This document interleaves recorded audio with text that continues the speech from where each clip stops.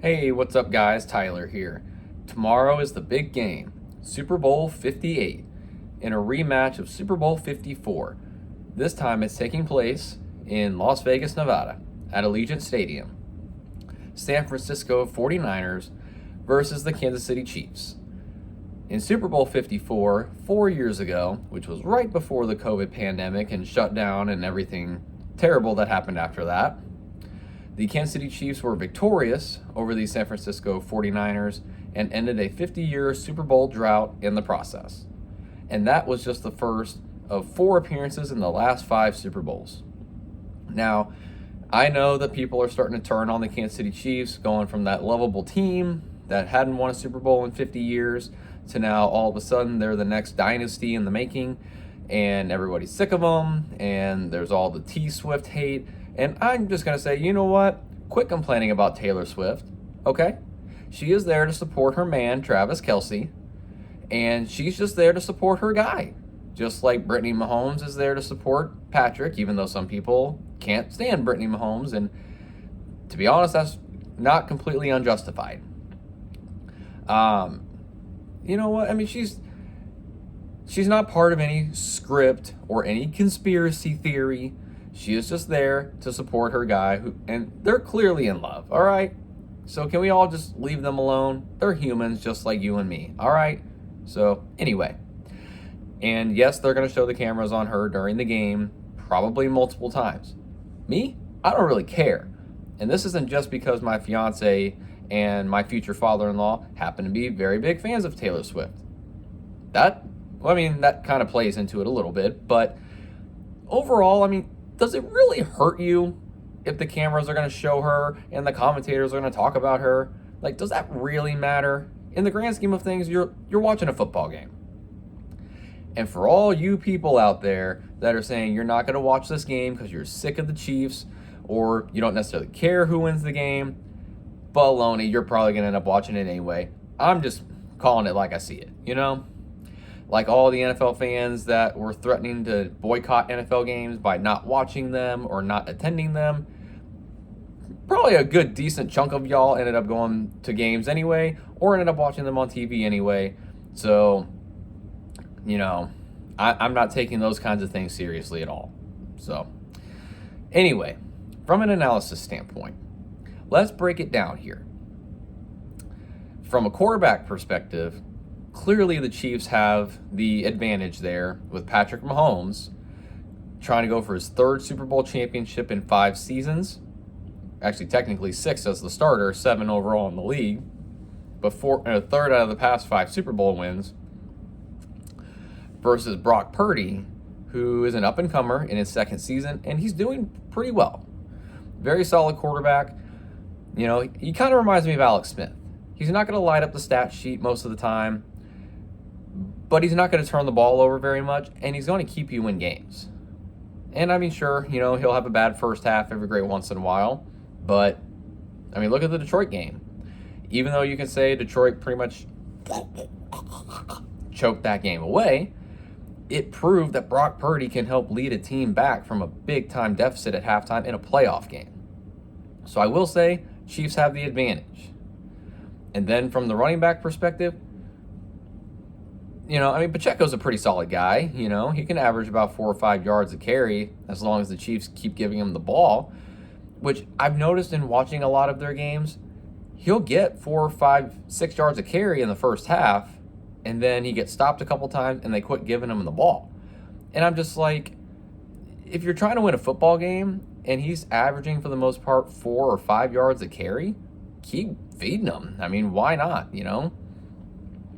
And sometimes the Chiefs offense, they get way too cute, you know, trying to run jet sweeps and end arounds and all these sorts of gadget plays, especially with Mecole Hardman. It just doesn't work like it did, 2 and 3 years ago.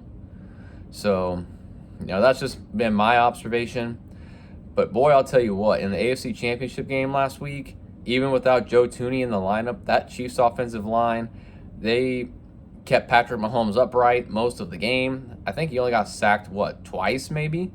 But he didn't face a lot of pressure in that game, and even when he did, he handled it like the true consummate pro that he is.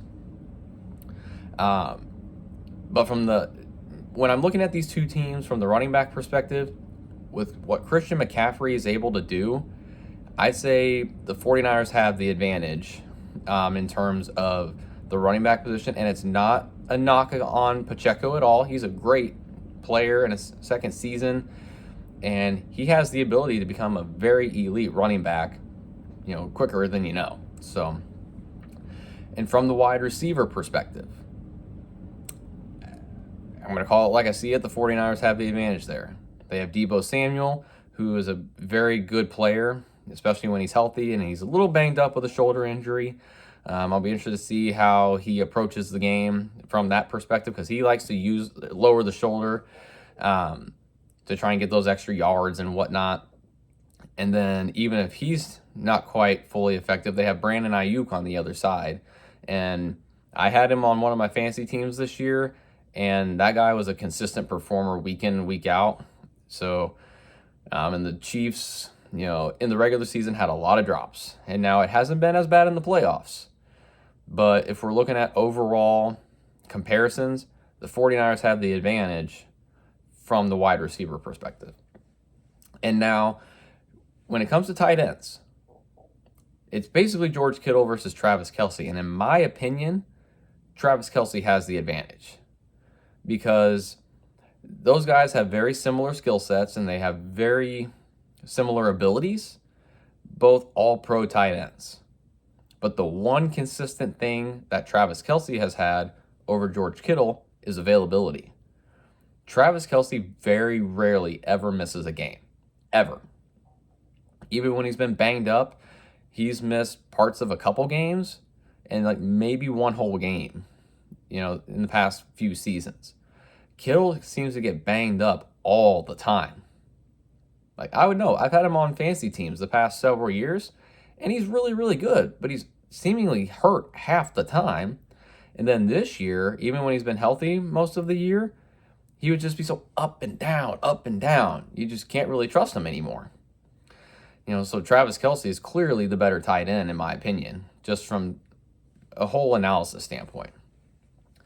And from a defensive perspective, these two defenses are pretty good. That's what's helped get these teams to the Super Bowl. But, man, that Chiefs defense last year exceeded expectations with all those young guys in the lineup. And then this year, they've only gotten better. Top 2 or 3 scoring defense in the entire league. So, sure, they'll give up yards, but for the most part, they're not giving up a lot of points. And that will help keep a team in a ball game, 9 times out of 10. Offense will win you games, but defense will win you championships. And it's not just a cliche. It is 100% true. You have to be able to hold your opponent to very little points, especially less than what you're going to score in order to win a game. That's blatantly obvious. I would say overall, the Chiefs have the advantage on defense. And I say that because the 49ers on the right side of their offensive line have struggled a little bit more than the Chiefs have on the right side. And I'd say on the left side, it's pretty even comparison. Although the 49ers do have a better left tackle. I'll give them credit there. Trent Williams is clearly one of the best left tackles in the league. Even with as old as he is still an all-pro left tackle. But I'd say overall, the better offensive line group, even with Joe Thuney out of the lineup, is the Kansas City Chiefs. And now let's look at the coaching staff. On the 49ers sideline, they have Kyle Shanahan, who was the offensive coordinator of the Atlanta Falcons when they had a 28-3 lead over the New England Patriots in the Super Bowl and couldn't find a way to pull that game out and win it. Instead, Atlanta choked that game away. And then in the Super Bowl 4 years ago, he went up against this Chiefs team, had a 10-point lead in the fourth quarter, and still managed to lose that game. So clearly Kyle Shanahan in Super Bowls does not have a great record, both as an offensive coordinator and as a head coach. He still has a lot to prove. And then there's Andy Reid, who's man, he's been to a lot of Super Bowls. I mean, this is his fourth as a member of the Chiefs, and he went to one as a member of, sorry, as the head coach of the Philadelphia Eagles. So this is his fifth Super Bowl appearance, and he's looking for his third Super Bowl as a head coach. And incredible resume, incredible coaching tree that has developed over the years from former Andy Reid assistants. But Big Red, I mean, we call him Big Red because, you know, he gets us a lot of victories, and he will ultimately, he has the advantage over Kyle Shanahan as a head coach, because I still feel like Shanahan has a lot to prove. You know, for being a good coach, just can't get over the hump in the Super Bowl. And so that's a lot of analysis right there. A lot of analysis. And here's where, and the Chiefs are starting to get a little bit healthier. Jerick McKinnon is listed as questionable for the game tomorrow, so I think you'll see him used kind of here and there just to kind of ease him back in. And the Chiefs have activated Sky Moore off of injured reserve as well, and he's expected to play. Same thing, they'll probably ease him back in. And I have no idea what to expect about Kadarius Toney. I don't even know if he's in Vegas, to be honest with you. And even if he is, I don't know if he's going to play. Joe Thuney has been ruled out for tomorrow's game, which for Chiefs fans is very disappointing, because there was hope that he was going to be able to play tomorrow, but looks like he's been ruled out as of the other day. So that's kind of all of the analysis there. And so here it is. I'm going to offer up my prediction for Super Bowl 58. I think the final score is going to be San Francisco 24. But the winner, the Kansas City Chiefs, by a score of 34-24 for the second time in 5 Super Bowls over the 49ers. And so you know what? There's my prediction. Mahomes is going to line up the stat sheet and win Super Bowl MVP for a third. Count them, third. I said third time. So there you have it, folks. I hope you all enjoy the big game. Stay safe and have fun.